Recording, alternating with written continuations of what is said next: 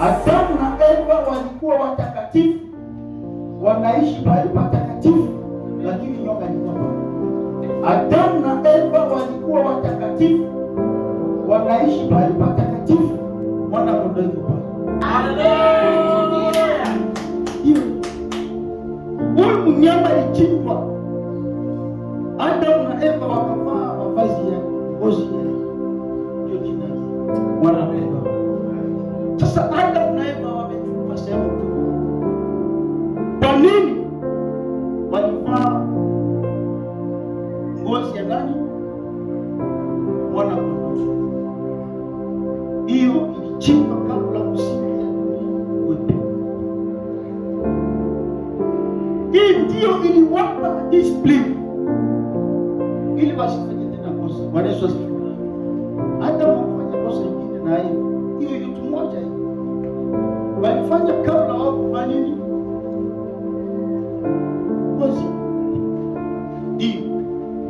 Baada ya wao kufanya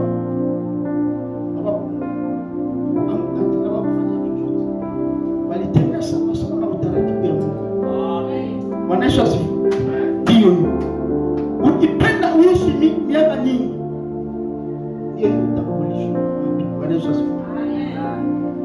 Ukipenda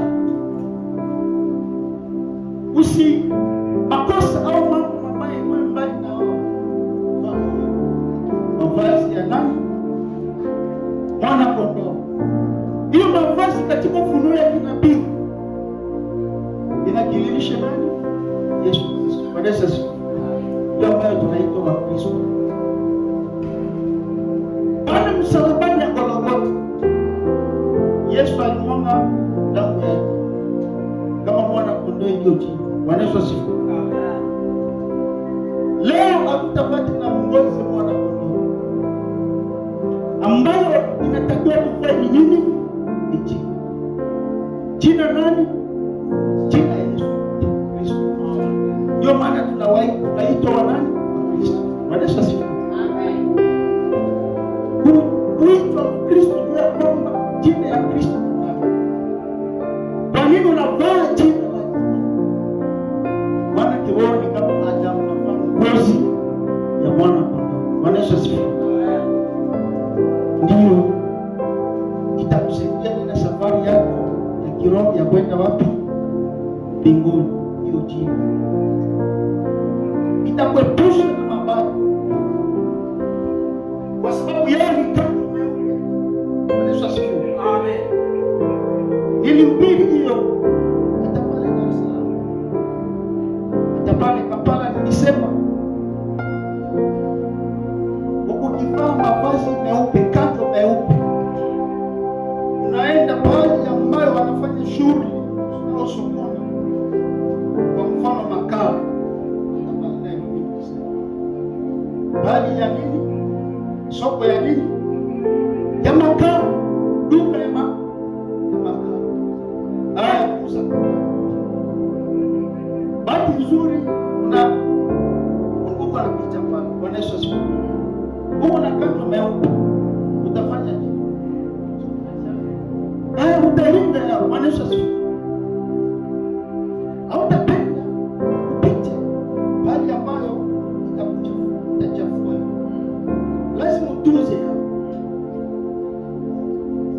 Ndio mavazi ndio unafaa. Kristo anafaa kutunza yao. Amina. Bwana Yesu asifiwe. Ni kweli tuko ndani ya ulimwengu ya dhambi. Ulimwengu ambao inaona maovu.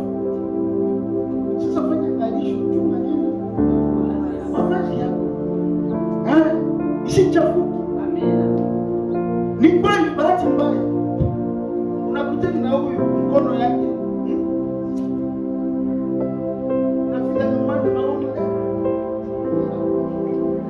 Bwana Yesu asifiwe.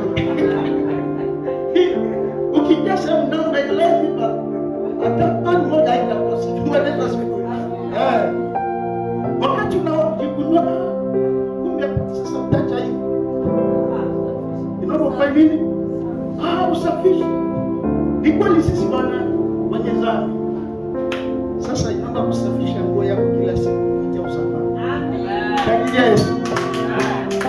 Unatubu, Yesu nisamehe, damu yako inisafishe. Bwana Yesu asifiwe.